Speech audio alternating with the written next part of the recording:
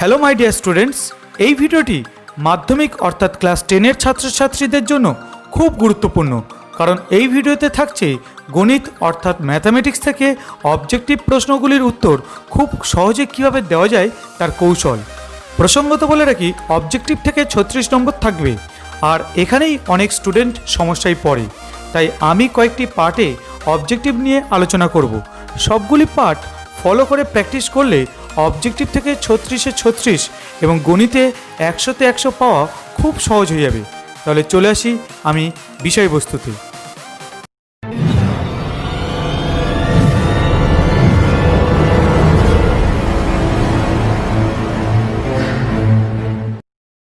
Part 1-এর ভিডিওতে থাকছে একচল বিশিষ্ট দ্বিঘাত সমীকরণ ও সরল সুদ কষা থেকে যে ধরনের অবজেক্টিভ প্রশ্ন মাধ্যমিকে আসে তা নিয়ে আলোচনা।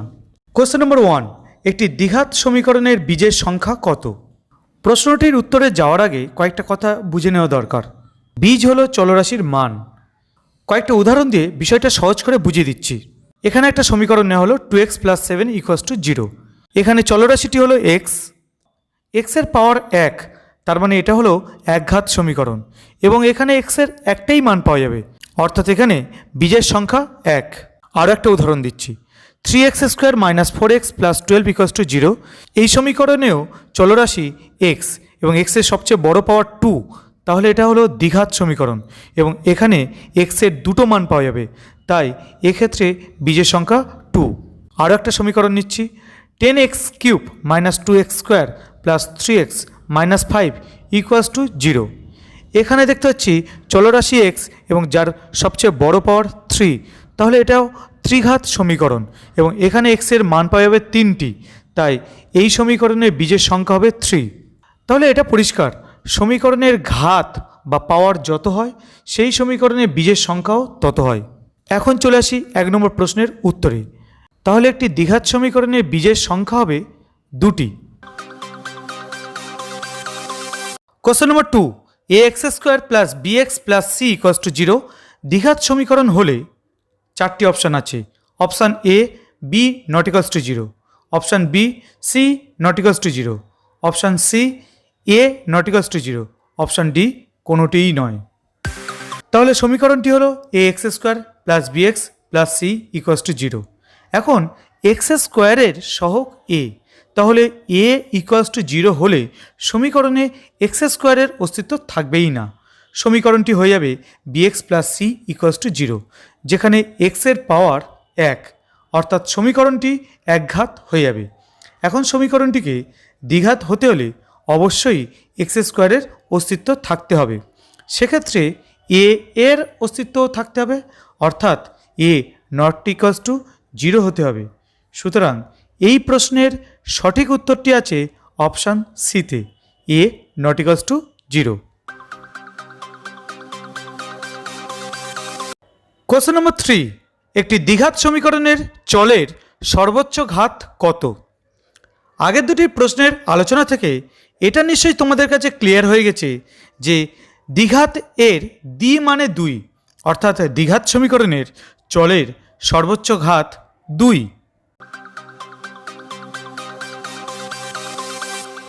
Question number 4, 4 × 5x² - 7x + 2 = 5 × 4x² - 6x + 3। সমীকরণটি অপশান এ রৈখিক, অপশান বি দ্বিঘাত, অপশান সি ত্রিঘাত, অপশান ডি কোনোটিই নয়। তাহলে প্রশ্নের সমীকরণটি হলো 4 × 5x² - 7x + 2 = 5 × 4x² - 6x + 3। এখানে ব্র্যাকেটের সামনের সংখ্যাটি দিয়ে ব্র্যাকেটের ভিতরে গুণ করব, তাহলে পাবো 20x² - 28x + 8 = 20x² - 30x + 15। ডান দিক থেকে বাম দিকে যারা আসবে তাদের প্লাস চিহ্ন মাইনাস হবে আর মাইনাস চিহ্ন প্লাস হবে, অর্থাৎ 20x² - 20x² - 28x + 30x + 8 - 15 = 0। যেখানে 20x² আর -20x² কেটে যাবে আর পাবো 2x - 7 = 0। যেহেতু এটি একটি একঘাত সমীকরণ অর্থাৎ রৈখিক, সুতরাং প্রশ্নটির সঠিক অপশান হলো এ রৈখিক। Question number 5, x square by x equals to 6 সমীকরণটির বীজ বা বীজদ্বয় option A 0, option B 6, option C 0 এবং 6, অপশান ডি -6। তাহলে সমীকরণটি হলো x square by x equals to 6, যেখান থেকে আমরা লিখতে পারি x square equals two 6x। এবারে 6x ডান দিক থেকে বাম দিকে আনলে আমরা লিখতে পারি x square minus 6x equals to 0।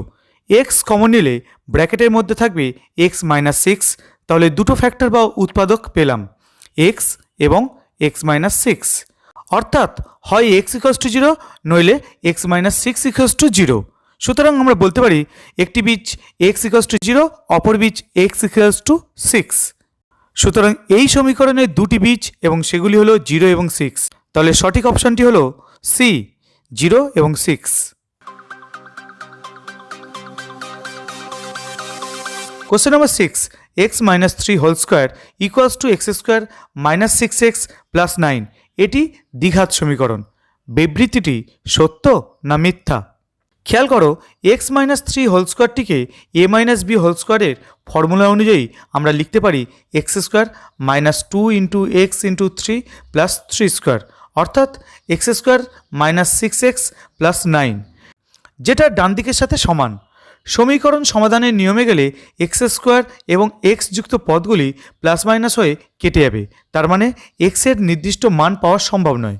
আসলে x minus 3 whole square equals to x square minus 6x plus 9, এক্ষেত্রে এক্সের যে কোনো মানে সম্পর্কটি সিদ্ধ হবে।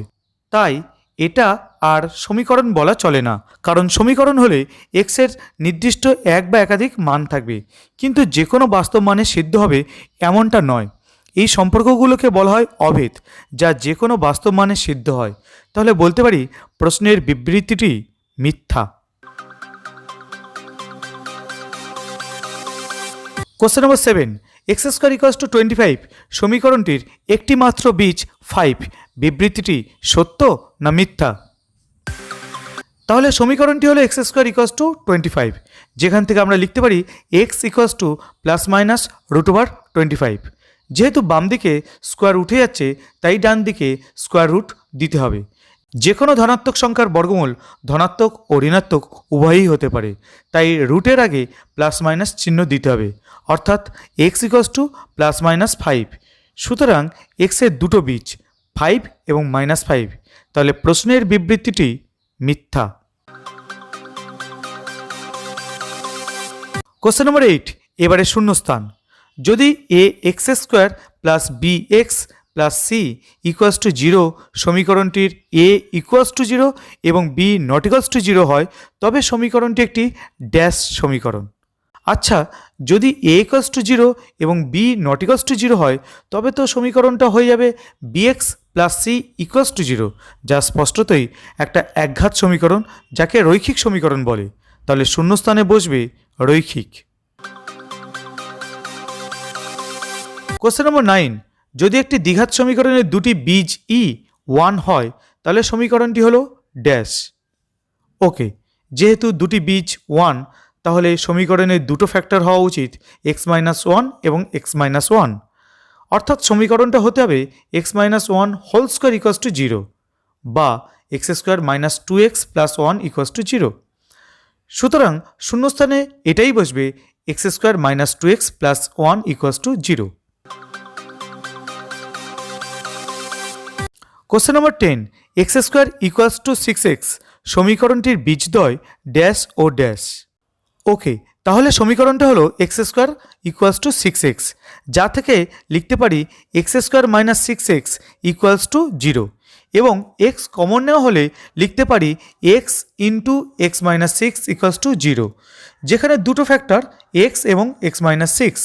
তাহলে এক্স ইকুয়ালস টু 0 অথবা এক্স মাইনাস 6 ইকুয়ালস টু 0, আর এক্স মাইনাস 6 সমান 0 হলে এক্স ইকুয়ালস টু 6। সুতরাং বীজ দুটি হলো 0 এবং 6। অতএব শূন্যস্থান দুটির একটিতে 0 এবং অপরটিতে বসবে 6।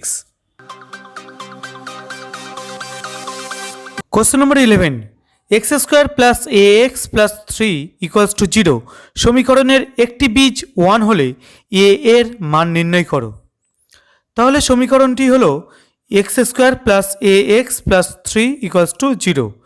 যেহেতু একটি বীজ 1, তাহলে এক্সের জায়গায় 1 বসাবো, এক্স স্কোয়ারের জায়গায় 1 স্কোয়ার মানে 1, এ এক্সের জায়গায় এ ইন্টু 1 মানে এ, অর্থাৎ সমীকরণটা হয়ে যাবে 1 plus A plus 3 equals to 0।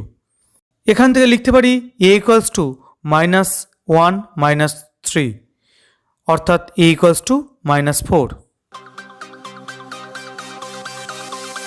Question number 12, x square minus 2 plus b into x plus 6 equals to 0। সমীকরণের একটি বীজ 2 হলে অপর বীজটির মান কত? এই প্রশ্নের উত্তরটা কয়েক সেকেন্ডেই দেওয়া সম্ভব। তার আগে একটা কনসেপ্ট অবশ্যই থাকতে হবে। ধরে নাও a x square plus b x plus c equals to 0। সমীকরণটির দুটি বীজ হলো আলফা এবং বিটা।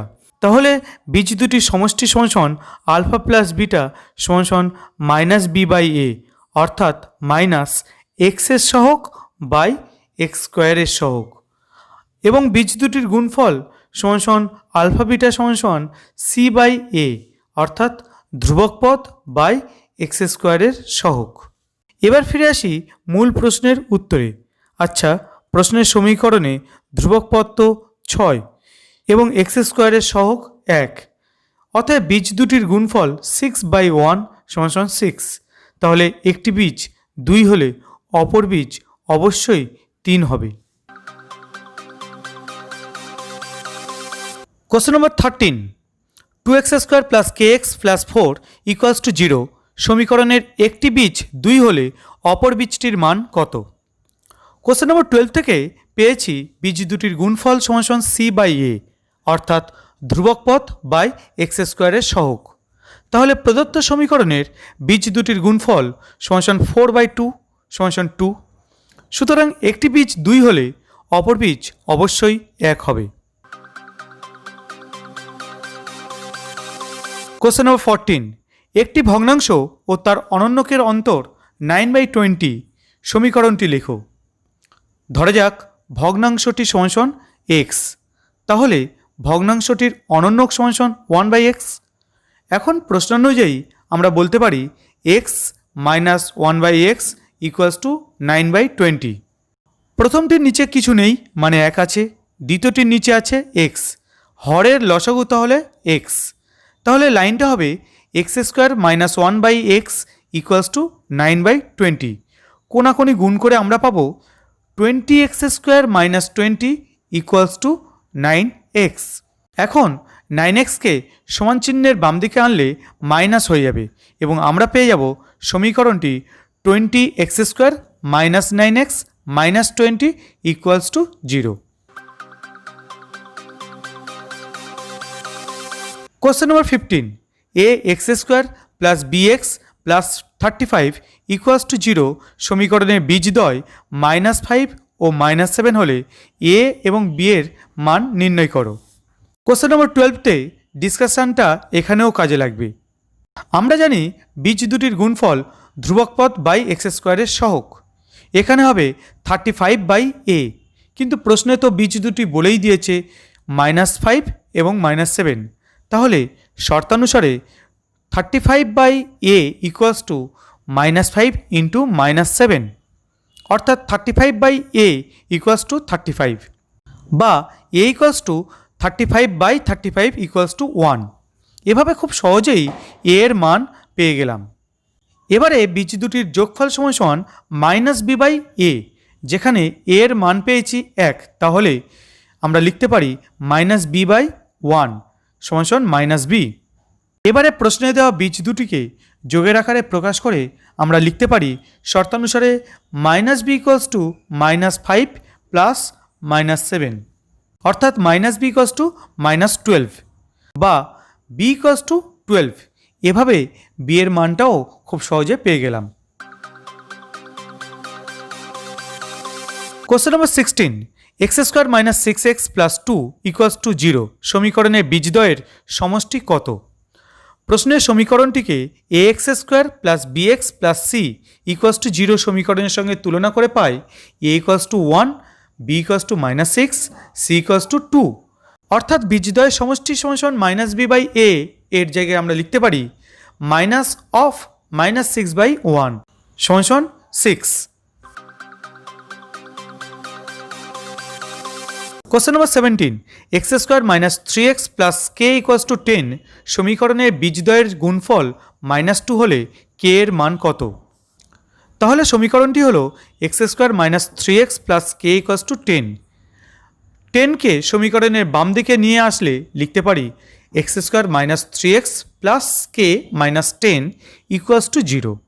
এখন এই সমীকরণটিকে a x square plus b x plus c equals to 0 সমীকরণের সঙ্গে তুলনা করে পাই a equals to 1, b equals to -3, c equals to k minus 10। আমরা জানি বীজদ্বয়ের গুণফল সমান সি বাই এ। প্রশ্নে বীজদ্বয়ের গুণফল -2 বলেছে, আর আমরা এ এবং সি এর মান দেখতে পাচ্ছি, তাই লিখতে পারি -2 equals to k minus 10 by 1। কোনাকুনি গুণ করে আমরা লিখতে পারি কে মাইনাস 10 ইকুয়ালস টু -2 বা কে ইকুয়ালস টু -2 প্লাস 10 বা k equals to 8। Question number 18, a x square plus b x plus c equals to 0 সমীকরণের বীজদ্বয় বাস্তব এবং অসমান হলে বি স্কোয়ার মাইনাস 4ac হবে 4টি option. Option A greater than 0, option B equals to 0, option C less than 0, option D কোনোটিই নয়। যেহেতু a x square plus b x plus c equals to 0 সমীকরণের বীজদ্বয়ের মান শ্রীধর আচার্যের সূত্র থেকে বলতে পারি x equals to minus b plus minus root over b square minus 4ac by 2a। এখন বি স্কোয়ার মাইনাস 4ac শূন্য হলে বীজ দুটি সমান হয়ে যাবে, আর ঋণাত্মক হলে বীজ অবাস্তব হয়ে যাবে, কারণ ঋণাত্মকের বর্গমূল বাস্তবে হয়ই না। তাহলে বি স্কোয়ার মাইনাস 4ac কে ধনাত্মক অর্থাৎ গ্রেটার দ্যান 0 হতেই হবে। সুতরাং সঠিক option A greater than 0। Question number 19, a x square plus b x plus c equals to 0 সমীকরণে বীজদ্বয় সমান হলে option A c equals to minus b by 2a, option B c equals to b by 2a, option C c equals to minus b square by 4a, option D c equals to b square by 4a। Question number 18 এর আলোচনাতে এটা তো পরিষ্কার যে সমীকরণের বীজদ্বয় সমান হতে গেলে বি স্কোয়ার মাইনাস 4ac-কে শূন্য হতে হবে, অর্থাৎ b square minus 4ac equals to 0 বা -4ac equals to minus b square.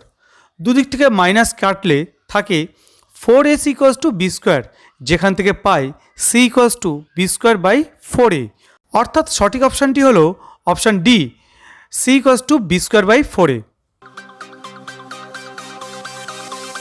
Number 20, 3x square plus 8x plus 2 equals to 0 সমীকরণের বীজদ্বয় আলফা এবং বিটা হলে 1 by alpha plus 1 by beta equals to কত? প্রদত্ত সমীকরণটিকে a x square plus b x plus c equals to 0 সমীকরণের সঙ্গে তুলনা করে পাই a equals to 3, b equals to 8, c equals to 2। যেহেতু বীজদ্বয় আলফা এবং বিটা কোশ্চেন নম্বর 12-এর আলোচনা থেকে খুব সহজেই বলা যায় alpha plus beta equals to minus b by a equals to minus 8/3 এবং alpha beta equals to c by a equals to 2/3। প্রদত্ত রাশিমালা সমান 1 by alpha plus 1 by beta, যেখান থেকে লিখতে পারি beta plus alpha by alpha plus beta. যেহেতু alpha plus beta বা বিটা প্লাস আলফা এর মান -8/3 এবং আলফা বিটা এর মান 2/3, সেই মানগুলো বসে আমরা লিখব -8/3 বাই 2/3। নিচের ভগ্নাংশ পাশে গুণ হওয়ার সময় উল্টে যাবে, তাই আমরা লিখব -8/3 ইন্টু 3/2। 2 দিয়ে আটকে কাটলে 4 পাবো এবং উপর নিচ 3 কেটে গেলে পড়ে থাকবে -4, অর্থাৎ 1 by alpha plus 1 by beta equals to -4। সবে তো মাত্র 20টা অবজেক্টিভ প্রশ্ন নিয়ে আলোচনা করেছি। এই ভিডিওতে কিন্তু আরও অনেকগুলো গুরুত্বপূর্ণ প্রশ্নোত্তর নিয়ে আলোচনা চলবে, কিন্তু তার আগে আমার এই চ্যানেলটি অবশ্যই সাবস্ক্রাইব করে রাখো, তার কারণ স্টুডেন্টদের সমস্ত প্রয়োজন এই চ্যানেলটিতে পাওয়া যাবে। যেমন 7 থেকে 10 পর্যন্ত সমস্ত সাবজেক্টের নোটস, সাজেশানস এবং ডিসকাশন তো থাকছে। এছাড়া 11, 12 এবং জয়েন্ট এন্ট্রান্স ও নিট পরীক্ষা প্রস্তুতির জন্য ফিজিক্সের সমস্ত রকম গাইডলাইন থাকবে, থিওরি, প্রবলেম, প্রিভিয়াস ইয়ারের কোশ্চেন অ্যান্সার্স, আর থাকবে চাকরি পরীক্ষায় বড় বড় অঙ্ক কয়েক সেকেন্ডে করার ট্রিক, এবং থাকবে মোটিভেশনাল ভিডিও যা তোমাদের আত্মবিশ্বাসকে অনেক গুণ বাড়িয়ে দেবে। তাহলে চলে আসি এই ভিডিওর পরবর্তী অংশে, আরও অনেকগুলো গুরুত্বপূর্ণ অঙ্ক নিয়ে সহজভাবে বুঝিয়ে দেওয়া হবে। Question number 21, x square plus x plus 1 equals to 0 সমীকরণের বীজদ্বয় বাস্তব, বিবৃতিটি সত্য না মিথ্যা? প্রদত্ত সমীকরণটিকে a x square plus b x plus c equals to 0 সমীকরণের সঙ্গে তুলনা করে পাই a equals to 1, b equals to 1 এবং সি ইকুয়ালস টু 1। শ্রীধর আচার্যের সূত্র থেকে আমরা বলতে পারি বীজদ্বয় x equals to minus b plus minus root over b square minus 4ac by 2a। এখানে বীজদ্বয়ের প্রকৃতি বোঝা যাবে এই যে রুটের মধ্যে থাকা বি স্কোয়ার মাইনাস 4ac আছে তার মান থেকেই। B square minus 4ac greater equal 0 হলে বীজদ্বয় বাস্তব হবে, b square minus 4ac less than 0 হলে বীজদ্বয় অবাস্তব হবে। এক্ষেত্রে b square minus 4ac equals to 1 square minus 4 into 1 into 1, কারণ এ, বি এবং সি প্রত্যেকেরই মান এক্ষেত্রে 1। তাহলে কি পেলাম? 1 মাইনাস 4 ইকুয়ালস টু মাইনাস 3, যেটা লেস দ্যান 0, তাহলে বীজদ্বয় অবাস্তব হবে। সুতরাং প্রশ্নের বিবৃতিটি মিথ্যা। Question number 22, x square minus x plus 2 equals to 0 সমীকরণে বীজদ্বয় বাস্তব নয়, বিবৃতিটি সত্য না মিথ্যা? এখানেও প্রদত্ত সমীকরণটিকে a x square plus b x plus c equals to 0 সমীকরণের সঙ্গে তুলনা করে পাই a equals to 1, b equals to minus 1, c equals to 2। অতএব b square minus 4ac equals to minus 1 এর whole square minus 4 into 1 into 2 equals to 1 minus 8 equals to minus 7 less than 0, তাহলে বীজদ্বয় বাস্তব নয়। সুতরাং প্রশ্নের বিবৃতিটি সত্য। Question number 23, 7x square minus 12x plus 18 equals to 0 সমীকরণে বীজদ্বয়ের সমষ্টি এবং গুণফলের অনুপাত কত? প্রদত্ত সমীকরণটিকে a x square plus b x plus c equals to 0 সমীকরণের সঙ্গে তুলনা করে পাই a equals to 7, b equals to minus 12 এবং সি ইকুয়ালস টু 18। ধরি বীজদ্বয় আলফা এবং বিটা, অতএব alpha plus beta equals to minus b by a. এখানে হবে minus of minus 12 by 7 equals to 12 by 7 এবং alpha beta equals to c by a, এখানে হবে 18 বাই 7। যেহেতু বীজদ্বয়ের সমষ্টি এবং গুণফলের অনুপাত বের করতে বলেছে, তাহলে আমরা বের করব alpha plus beta by alpha beta. উপরের মানগুলো বসিয়ে আমরা লিখব 12 বাই 7 বাই 18 বাই 7।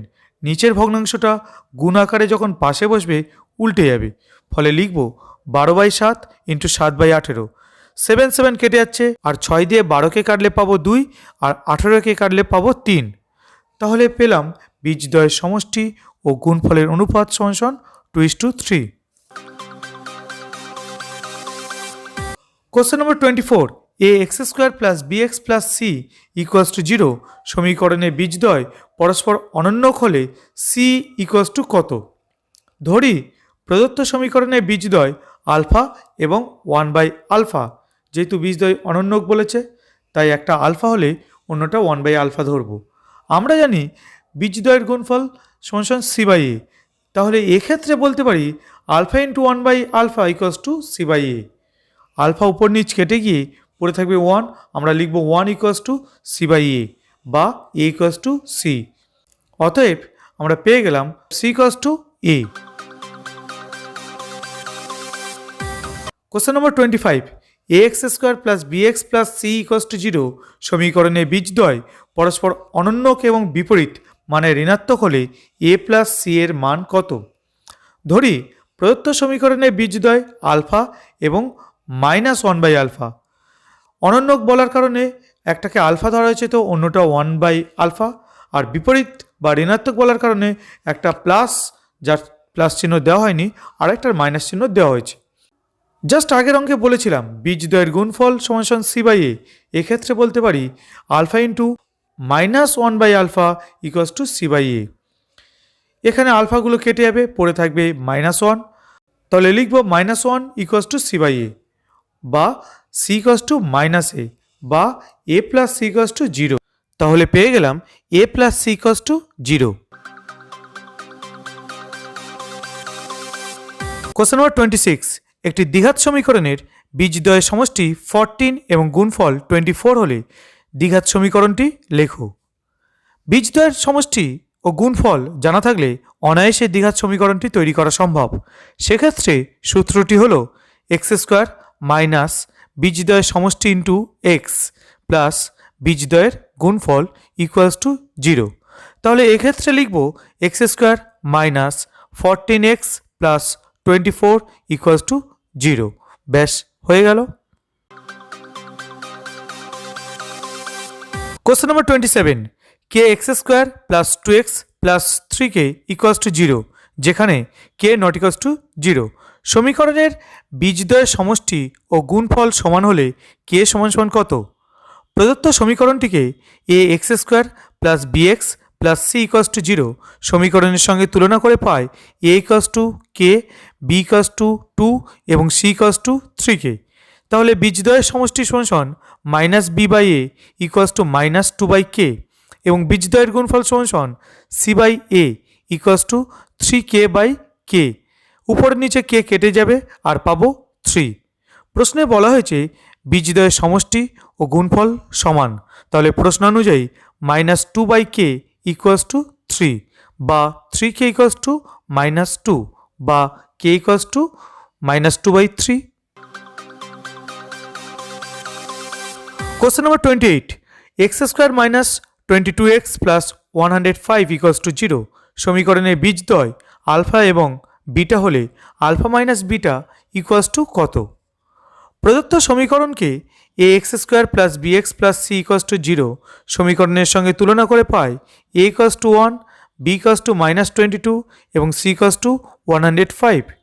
যেহেতু বীজদ্বয়ের সমষ্টি equals to alpha plus beta equals to minus b by a, এখানে লিখব minus of minus 22 by 1 that is equals to 22 এবং বীজদ্বয়ের গুণফল equals to alpha beta equals to c by a, এখানে লিখব 105 বাই 1 তার মানে 105।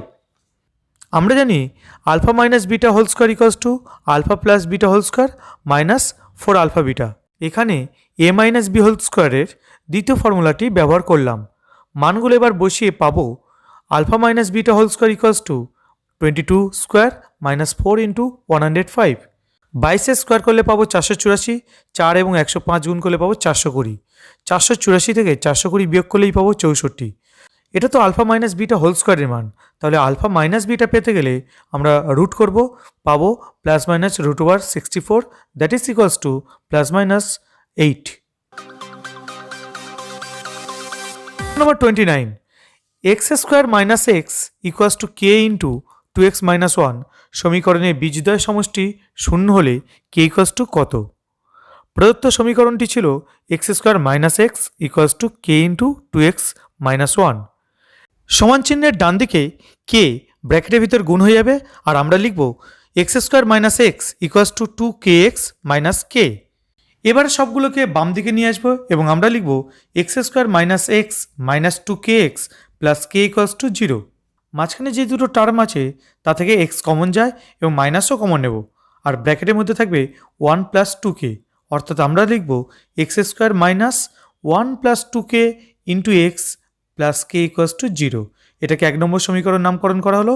1 নম্বর সমীকরণটিকে a x square plus b x plus c equals to 0 সমীকরণের সঙ্গে তুলনা করে পায় a equals to 1, b equals to minus into 1 plus 2k এবং সি ইকুয়ালস টু কে। যেহেতু বীজদ্বয়ের সমষ্টি equals to minus b by a, এখানে লিখব minus of minus into 1 plus 2k by 1। মাইনাসে মাইনাসে প্লাস হয়ে যাবে, অর্থাৎ আমরা পেয়ে যাব 1 প্লাস 2k। প্রশ্নে বলা হয়েছে বীজদ্বয়ের সমষ্টি 0, অর্থাৎ প্রশ্ন অনুযায়ী 1 প্লাস 2k ইকুয়ালস টু 0 বা 2k ইকুয়ালস টু মাইনাস 1, অর্থাৎ k equals to minus 1/2। Question number 30, x square plus b x plus 12 equals to 0 এবং x square plus b x plus q equals to 0 সমীকরণ দ্বয়ের একটি বীজ 2 হলে Q equals to কত? প্রদত্ত সমীকরণ দুটির এক্স স্কোয়ারের সহগ প্রতি ক্ষেত্রেই 1 এবং এক্সের সহগ প্রতি ক্ষেত্রেই বি, অর্থাৎ প্রত্যেকটি সমীকরণের বীজ দুটির সমষ্টি সমান। যেহেতু একটি বীজ প্রত্যেকের ক্ষেত্রেই 2, ফলে অপর বীজটাও সমান হবেই। স্পষ্টতই সমীকরণ দুটি অভিন্ন। এখন তাহলে দুটো সমীকরণকে তুলনা করে অনায়াসে বলতে পারবো কিউ ইকুয়ালস টু 12। এর পরের অবজেক্টিভগুলো সরল সুদ কষা অধ্যায় থেকে, তাই শুরুতে সূত্রটা বলে রাখি। মোট সুদ ইকুয়ালস টু আসল ইন্টু সময় ইন্টু বার্ষিক সুদের হার বাই 100। এরপর যদি আসল বা সময় বা বার্ষিক সুদের হার নির্ণয় করতে হয়, সেক্ষেত্রে প্রয়োজনীয় সূত্রগুলির মধ্যে একটা দারুণ মিল আছে, যেটা একটু খেয়াল করলেই ভালোভাবেই রপ্ত হয়ে যাবে এবং অঙ্কগুলো বেশ সহজ মনে হবে। আসল বা সময় বা বার্ষিক সুদের হার বের করতে হলে প্রতি ক্ষেত্রেই বাইলাইনের উপরে হবে মোট সুদ ইন্টু 100 এবং এই সূত্রের বাকি দুটি রাশি নিচে বসবে। অর্থাৎ আসল নির্ণয় করার ক্ষেত্রে নিচে বসবে সময় ইন্টু বার্ষিক সুদের হার, সময় নির্ণয় করতে হলে নিচে বসবে আসল ইন্টু বার্ষিক সুদের হার এবং বার্ষিক সুদের হার নির্ণয়ের ক্ষেত্রে নিচে বসবে আসল ইন্টু সময়। এই সূত্রগুলো ব্যবহার করেই অনায়াসে সরল সুদ কষার অঙ্কগুলি সমাধান করা সম্ভব। তাহলে চলে আসি সরল সুদ কষা অঙ্ক থেকে বেশ কিছু গুরুত্বপূর্ণ অবজেক্টিভ প্রশ্নোত্তর নিয়ে।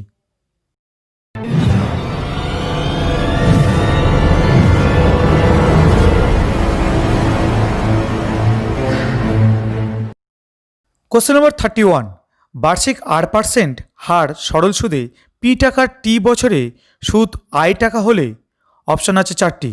Option A I equals to P R T, option B P R T I equals to 100, option C P R T equals to 100 into I, option D কোনোটিই নয়। প্রথম যে সূত্রটি বলেছিলাম, মোট সুদ ইকুয়ালস টু আসল ইন্টু সময় ইন্টু বার্ষিক সুদের হার বাই 100, এখানে মোট সুদ আই, আসল পি, সময় টি এবং বার্ষিক সুদের হারের জায়গায় আর বসিয়ে পাবো I equals to P into T into R by 100।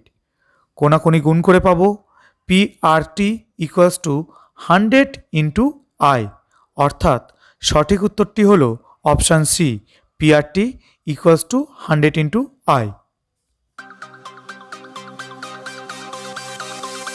Question number 32, কোনো মূলধন একটি নির্দিষ্ট সরল সুদের হারে 20 বছরে দ্বিগুণ হয়, একই সুদের হারে ওই মূলধন কত বছরে 3 গুণ হবে? মূলধন মানে আসল, এখানে ধরি মূলধন সমান সমান পি টাকা, 20 বছরের সুদে আসলে হবে দ্বিগুণ, অর্থাৎ 2p টাকা, অর্থাৎ 20 বছরে মোট সুদ হবে 2p মাইনাস পি সমান সমান পি টাকা। সুদে আসলে 3 গুণ অর্থাৎ 3p টাকা হলে সুদ হবে 3p মাইনাস পি সমান সমান 2p টাকা। যেহেতু সুদ হিসাবে পি টাকা পেতে সময় লাগে 20 বছর, অতএব সুদ হিসেবে 2p টাকা পেতে সময় লাগবে 2 ইন্টু 20 ইকুয়ালস টু 40 বছর, অতএব 40 বছরে ওই মূলধন 3 গুণ হবে।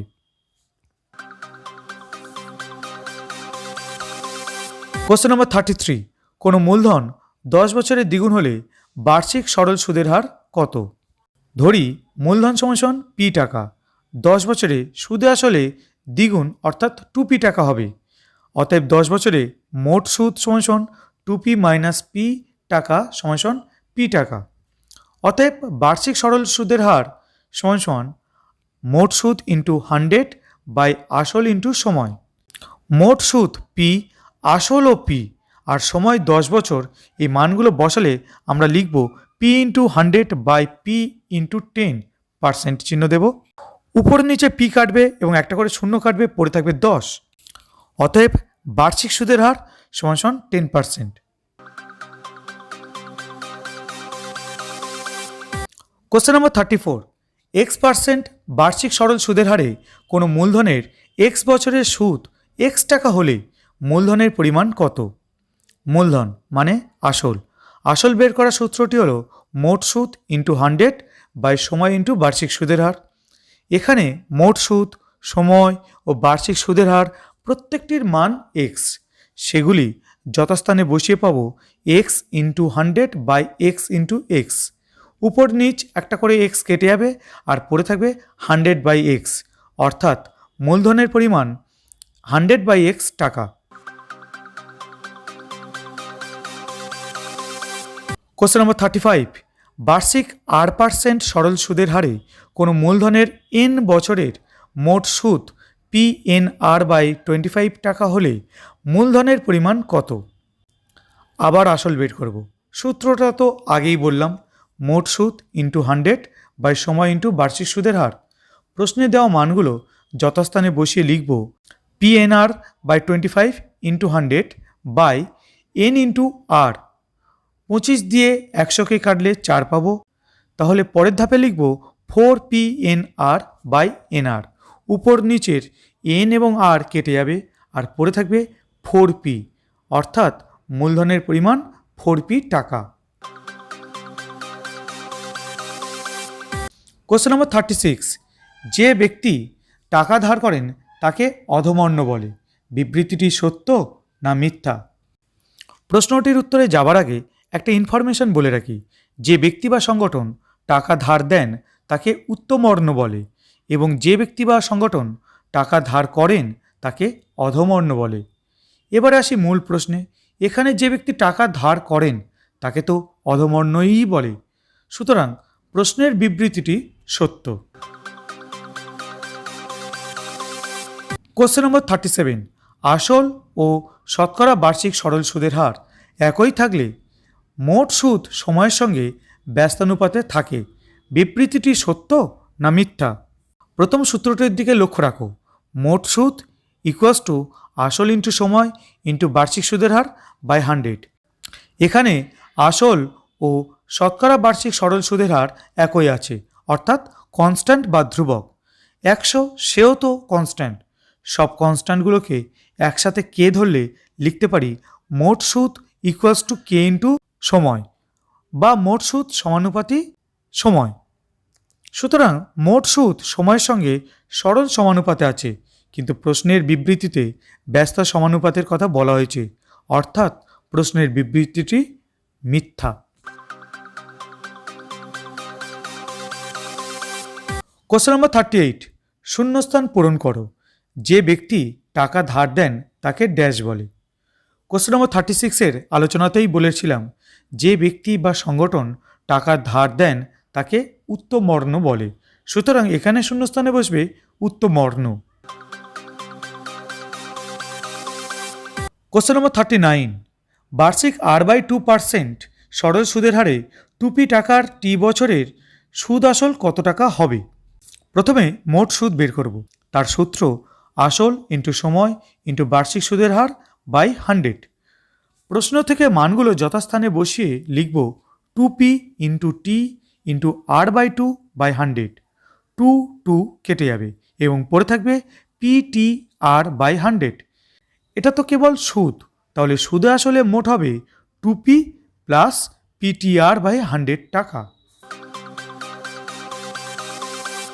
কোশ্চেন নম্বর 40, এক বছরে আসল ও সুদ আসলের অনুপাত 8:9 হলে বার্ষিক সরল সুদের হার কত?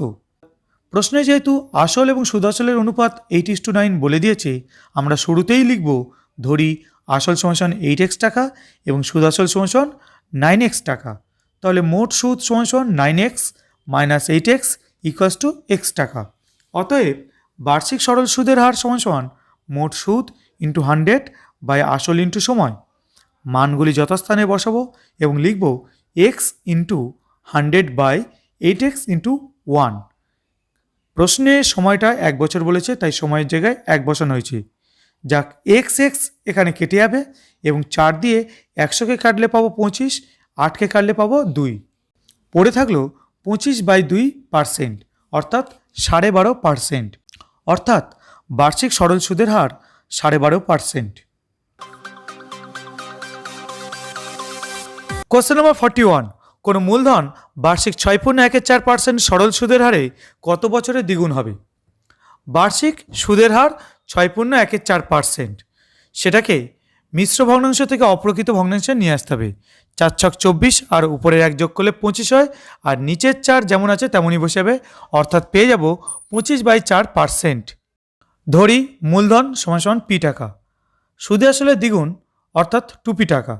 অতএব মোট সুদ সমান সমান 2p - p টাকা সমান সমান p টাকা, অর্থাৎ সময় সমান সমান মোট সুদ ইন্টু 100 বাই আসল ইন্টু বার্ষিক সুদের হার।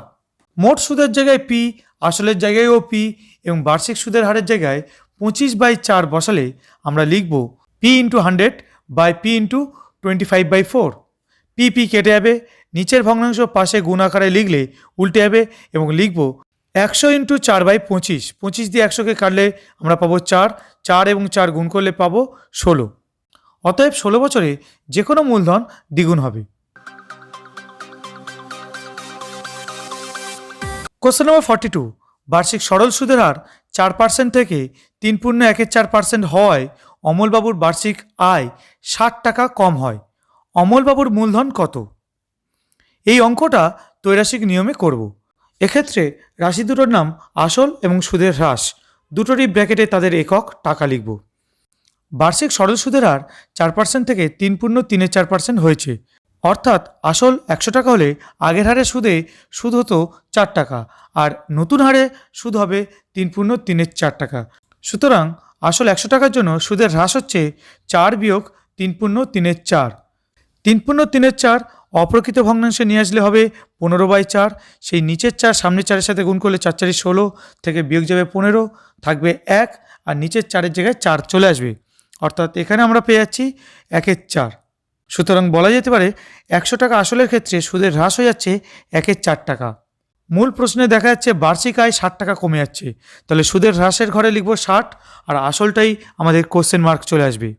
আসল যত বাড়বে সুদের হ্রাসও তত বাড়বে, আসল যদি কম হয় সুদের হ্রাসও কম হবে, অর্থাৎ আসল ও সুদের হ্রাস সরল সম্পর্ক যুক্ত।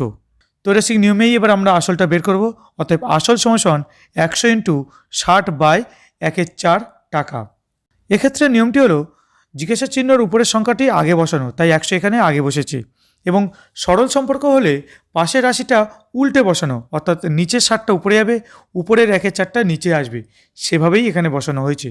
60-এর নিচে যে ভগ্নাংশটা আছে 1/4, সেটা পাশে গেলে উল্টে গিয়ে 4/1, নিচে 1 লেখার প্রয়োজন নেই, তাহলে আমরা লিখব 100 ইন্টু 60 ইন্টু 4, 4 ছক 24, আর 100তে এবং 60 মিলিয়ে মোট 3টে শূন্য আছে, 3টে শূন্য বসালে আমরা পেয়ে গেলাম 24,000 টাকা। অতএব অমলবাবুর মূলধন 24,000 টাকা। কোশ্চেন নম্বর 43, শতকরা বার্ষিক সরল সুদের হার কত হলে কোনো টাকার 4 বছরের সুদ আসলের 8/25 অংশ হবে তা নির্ণয় করো। এখানে বার্ষিক সরল সুদের হার নির্ণয় করতে হবে। বলে দিয়েছে সময় 4 বছর, আসল এবং সুদ না বললেও বলে দিয়েছে সুদ আসলের 8/25 অংশ। ধরি আসল সমান পি টাকা, তাহলে সুদ সমান 8p/25 টাকা। অতএব বার্ষিক সুদের হার সমান মোট সুদ ইন্টু 100 আসল ইন্টু সময়। মানগুলো যথাস্থানে বসালে আমরা লিখব 8p/25 ইন্টু 100/p ইন্টু 4, যা থেকে আমরা লিখতে পারি 8p into 100/25 into p into 4। P কাটবে, 4 দিয়ে 100কে কাটলে 25 পাবো, আর 25 কাটবে, পড়ে থাকবে 8। অতএব বার্ষিক সুদের হার 8%। কোশ্চেন নম্বর 44, শতকরা বার্ষিক সরল সুদের হার কত হলে কোনো টাকার 10 বছরের সুদ আসলের 2/5 অংশ হবে। এখানেও বার্ষিক সুদের হার বের করতে হবে, তবে শুরুটা করব একটু অন্যভাবে। যেহেতু সুদ আসলের 2/5 অংশ, আমরা ধরি সুদ আসল সমান x টাকা, অতএব সুদ সমান 2x/5 টাকা। এবারে সুদ আসল থেকে সুদ বিয়োগ করলেই আসল পেয়ে যাব, তাহলে লিখব আসল সমান x - 2x/5 টাকা।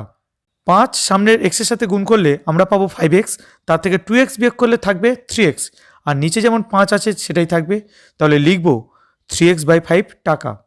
এবারে সূত্র বসাবো, বার্ষিক সুদের হার সমান মোট সুদ ইন্টু 100 আসল ইন্টু সময়।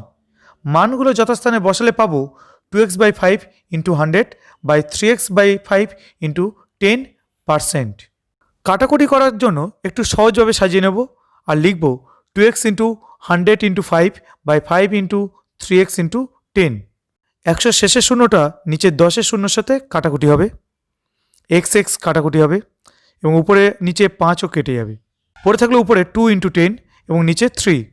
তাহলে পেয়ে গেলাম 20/3%, যেটা থেকে আমরা লিখতেই পারি 6.23%, অর্থাৎ বার্ষিক সুদের হার 6.23%। কোশ্চেন নম্বর 45, বার্ষিক 5% সরল সুদের হারে কত টাকার মাসিক সুদ? 1 টাকা। কত টাকার মানে আসল বের করতে হবে। মাসিক সুদ 1 টাকা, অর্থাৎ সময় সমান সমান 1 মাস সমান সমান 1/12 বছর।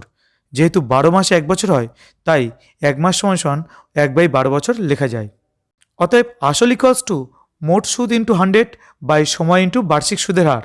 মানগুলো যথাস্থানে বসালে আমরা পাবো 1 ইন্টু 100 বাই 1/12 ইন্টু 5।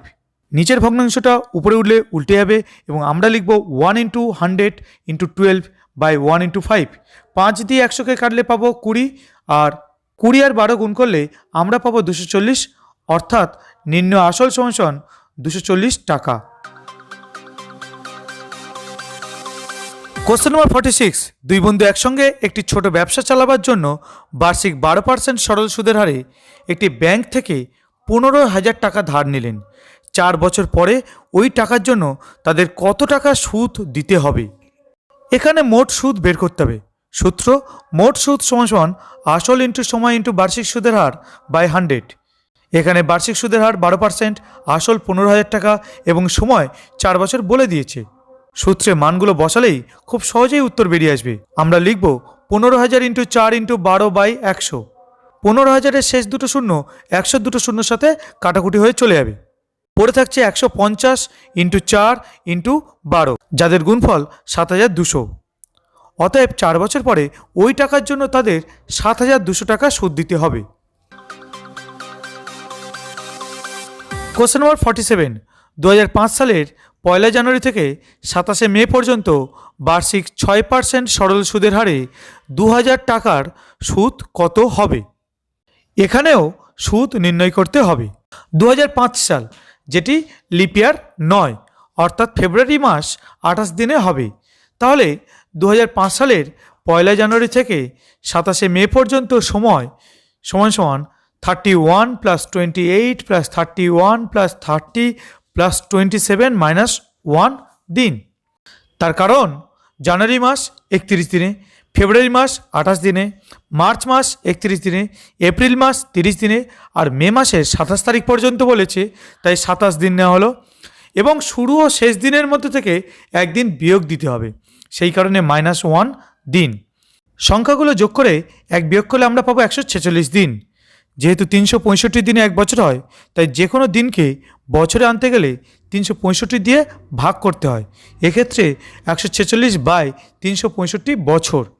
73 দিয়ে 146কে কাটলে পাবো 2, আর 73 দিয়ে 365কে কাটলে পাবো 5। তাহলে পেয়ে গেলাম 2/5 বছর। এবার সূত্র প্রয়োগ করব। মোট সুদ সমান সমান আসল ইন্টু সময় ইন্টু বার্ষিক সুদের হার বাই 100। আসলের জায়গায় 2000, সময়ের জায়গায় 2/5 আর বার্ষিক সুদের হারের জায়গায় 6 বসালে আমরা লিখব 2000 ইন্টু 2/5 ইন্টু 6/100। কাটাকুটি করার জন্য আরেকটু সহজ আকারে লিখব এবং ভগ্নাংশের 2/5-এর 5টিকে নিচে 100-র পাশে বসাবো, অর্থাৎ লিখব 2000 ইন্টু 2 ইন্টু 6/100 ইন্টু 5। 2000-এর শেষ দুটো শূন্য এবং 100 দুটো শূন্য কেটে যাবে। 5 দিয়ে 20কে কাটলে পাবো 4। পরে রয়েছে 4 ইন্টু 2 ইন্টু 6, যাদের গুণ করলে পাবো 48। অতএব নির্ণেয় সুদ 48 টাকা। কোশ্চেন নম্বর 48, বার্ষিক 8.13% সরল সুদে 960 টাকার 1 বছর 3 মাসের সবৃদ্ধি মূল কত হবে? এখানে বলা হয়েছে বার্ষিক সুদের হার 8.13%, যেটাকে অপ্রকৃত ভগ্নাংশে নিয়ে আসলে হবে 25/3%। সময় বলছে 1 বছর 3 মাস। 3 মাসকে বছরে আনতে গেলে 3/12 হবে, অর্থাৎ সামগ্রিকভাবে সময়টাকে বছরে আনতে গেলে আমরা লিখব 1 প্লাস 3/12 বছর। 3 আর 12 কাটাকুটি হয়ে উপরে 1 আর নিচে 4 আসবে, যা সামনে 1-এর সাথে যোগ করার পরে আমরা পাবো 5/4 বছর। অতএব মোট সুদ সমান সমান আসল ইন্টু সময় ইন্টু বার্ষিক সুদের হার বাই 100। যথাস্থানে মানগুলো বসালে আমরা লিখব 960 ইন্টু 5/4 ইন্টু 25/3 হোল বাই 100 টাকা। কাটাকুটি করার জন্য আমরা সহজ সরল রূপে নিয়ে আসব আর লিখব 960 into 5 into 25 by 100 into 4 into 3। উপরের ভগ্নাংশের হরগুলো অর্থাৎ নিচের যে 4 আর 3 ছিল তা 100-র পাশে চলে এসেছে। 960-এর শেষ শূন্য আর 100-র শেষ শূন্যটা কেটে যাবে। 4 দিয়ে 96-কে কাটলে পাবো 24, 10-কে 2 দিয়ে কাটলে পাবো 5 ও 24-কে 2 দিয়ে কাটলে পাবো 12, 3 দিয়ে 12-কে কাটলে পাবো 4, 5 5 কেটে যাচ্ছে, পড়ে রইল 4 ইন্টু 25 মানে 100। এটা তো কেবল সুদ, আমাদের নির্ণয় করতে হবে সববৃদ্ধি মূল, অর্থাৎ সুদে আসলে মোট কত হবে। তাহলে সুদ ও আসল যোগ করতে হবে। অতএব সববৃদ্ধি মূল সমান সমান 960 প্লাস 100 টাকা সমান সমান 1060 টাকা। কোশ্চেন নম্বর 49, উৎপলবাবু তার জমি চাষের জন্য সমবায় ব্যাংক থেকে বার্ষিক 6% সরল সুদের হারে 3200 টাকা 2 বছরের জন্য ধার নিলেন। 2 বছর পরে সুদে আসলে তাকে কত টাকা শোধ করতে হবে? মোট সুদ সমান সমান আসল ইন্টু সময় ইন্টু বার্ষিক সুদের হার বাই 100। প্রশ্নের মানগুলি যথাস্থানে বসিয়ে আমরা লিখব 3200 ইন্টু 2 ইন্টু 6 বাই 100।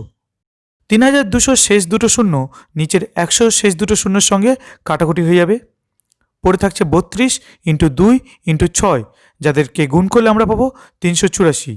অতএব 2 বছরের সুদে আসলে হবে 3200 প্লাস 384 টাকা সমান সমান 3584 টাকা।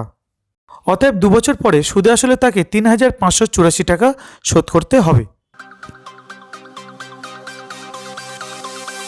লাস্ট কোশ্চেন, কোশ্চেন নম্বর 50, বার্ষিক 5.25% সরল সুদের হারে শোভাদেবী একটি ব্যাংকে কিছু টাকা জমা রাখেন। 2 বছর পরে তিনি সুদ হিসেবে 840 টাকা পেলেন। তিনি কত টাকা জমা রেখেছিলেন? ব্যাংকে যে টাকা জমা রাখা হয় তাকে আসল বলে, অর্থাৎ আসল নির্ণয় করতে হবে। সূত্রটি হলো আসল সমান সমান মোট সুদ ইন্টু 100 বাই সময় ইন্টু বার্ষিক সুদের হার। প্রশ্নে দেওয়া মানগুলো যথাস্থানে বসালে আমরা লিখতে পারি 840 ইন্টু 100 বাই 2 ইন্টু 5.25। এক্ষেত্রে নিচে 5.25-এর পয়েন্ট তুলে দিলে উপরে গুণ করব 100, কারণ পয়েন্টের পরে দুটো ডিজিট আছে, তাই একের পরে দুটো শূন্য, অর্থাৎ 100 উপরে গুণ হবে। আর লিখব 840 ইন্টু 100 ইন্টু 100 বাই 2 ইন্টু 525। প্রথমে 25 দিয়ে 525-কে কাটবো আর পাবো 21 এবং 100-কে কেটে পাবো 4। 21 দিয়ে 840-কে কাটলে পাবো 40, নিচে 2 উপরে 4-কে কাটলে পাবো 2, তাহলে উপরে পড়ে রইল 40 ইন্টু 2 ইন্টু 100, যার গুণফল 8000। অতএব তিনি 8000 টাকা জমা রেখেছিলেন।